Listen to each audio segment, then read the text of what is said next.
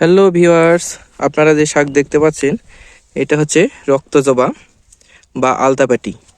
কেউ কেউ রক্তজবা বলে, আবার কেউ কেউ আলতাপাটি বলে। তো এটা আমরা এই সিজনে চাষ করেছি। এই সিজন বলতে এই বীজটা বপন করা হয়েছিল নভেম্বর মাসে।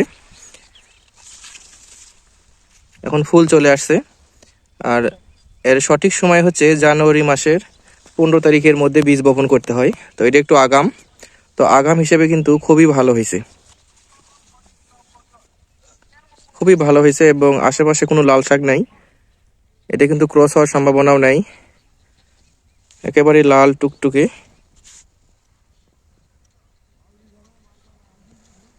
রক্তজবা লাল শাক। দেন ফুল আসা শুরু হয়ে গেছে, এখানে ফুল চলে আসছে অলরেডি। এই গাছটায় প্রত্যেকটাই গাছে আসা শুরু হয়েছে। গাছ যদি একটু বাঁকা করে আপনাদেরকে দেখানো যায়, দেখেন একদম লাল টুকটুকে।